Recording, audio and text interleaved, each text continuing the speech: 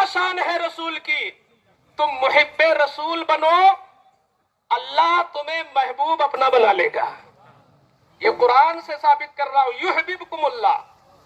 جس دن ہم نے رسول کی محبت کو ثابت کر دیا اور ہم کامیاب ہو گئے کہ ہم رسول اللہ کے عاشق ہیں، تو اللہ فرماتا ہے کہ اب تو میرا محبوب ہے، یعنی محب مصطفیٰ کا ہے اور محبوب خدا کا ہے۔ اب ہم یہ جملہ بول دیں قرآن کی اس آیت کی روشنی میں، ہر محب خدا، ہر محب مصطفیٰ محبوب خدا ہوتا ہے۔ جو مصطفیٰ کا محب ہوگا وہ خدا کا محبوب ہوگا۔ خدا نے ہمیں اپنا محبوب جب بنا لیا تو اب ڈر کس بات کی؟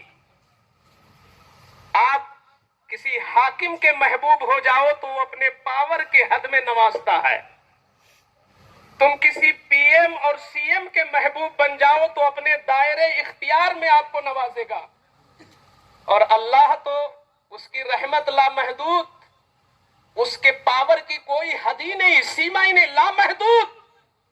جب تم خدا کے محبوب ہو جاؤ گے تو قرآن کہتا ہے اب تیری ہر بھول چوک، تیری لغزشیں، تیری خطائیں، تیرے جرم اور تیری غلطیاں، جب میں نے تجھے اپنا محبوب بنا لیا، یغفر لکم ذنوبکم، اللہ تیرے گناہ بھی معاف کرے گا، اس لیے کہ وہ غفور بھی ہے، رحیم بھی ہے۔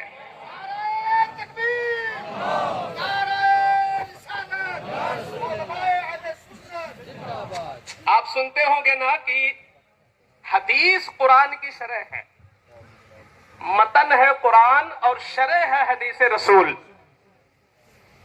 مگر شاید ہر انسان اس کی حد تک نہیں پہنچ سکتا کہ کس طرح قرآن متن ہے، اس کی شرح اور وضاحت حدیث ہے۔